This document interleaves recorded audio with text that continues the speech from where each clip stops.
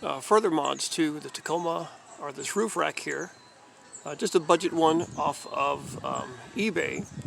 It's by Hooke Road, but it works really nicely. Came with the LED lights as well. I know there are more expensive ones out there, but this one is really heavy duty, bolts together, really fits the curve of the roof quite well, and it is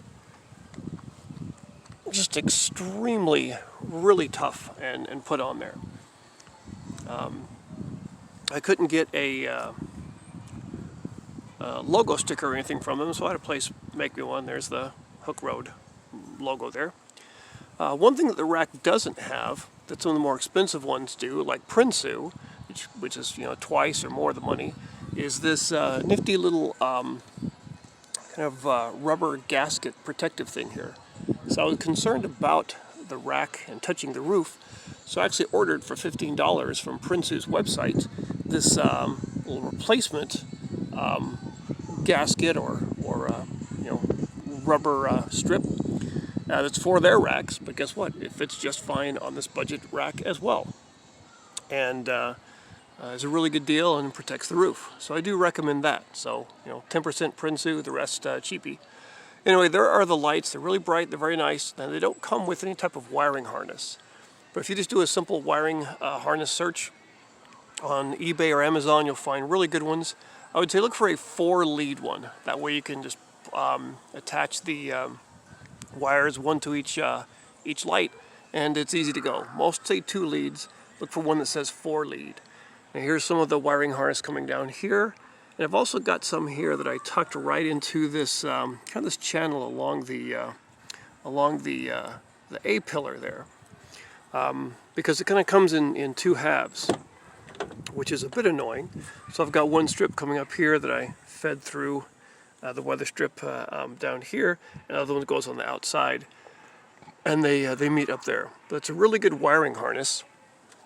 One thing that I'm not a huge fan of is the light. So here's the light, and it's where, sadly, I don't have a rear diff lock because I wasn't able to find a manual transmission, off-road TRD package, diff lock and all that, but maybe someday later.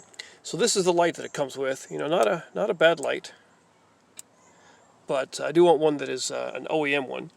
So I've ordered that off of eBay, and of course international shipping. It's over a month and a half, and I'm still waiting. Not too happy about that, but that's an easy thing to go in there. Now, while we're on this subject, I see a lot of people talk about putting in fog light switches or extra light switches here.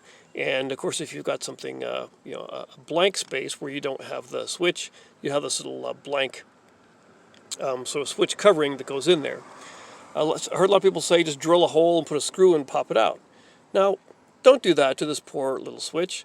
There's no need to. It just kind of pushes in there, and it's not that easy to get out, and maybe you'll want an undamaged one for something someday. It's easy to get in there and just kind of pop out, especially if you've got some tools like this that are used for removing panels and pieces inside of cars.